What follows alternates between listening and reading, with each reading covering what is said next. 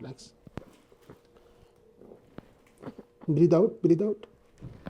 Continuously असं बस कॉम्प्युटरवर बसून बसूनच काम आहे कंटिन्युअस 8 आवर्स.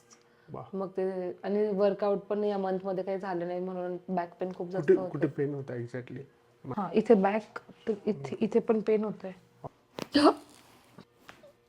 हा बघा, हा 2 पॉईंट, हा ड्रॉप आहे, हा वरती इलेव्हेटेड आहे, हा अंटेरियर असा पुढे, हा असा थोडासा पाठीमागे आहे. तिथे पेन होतंय. इथे का? हो.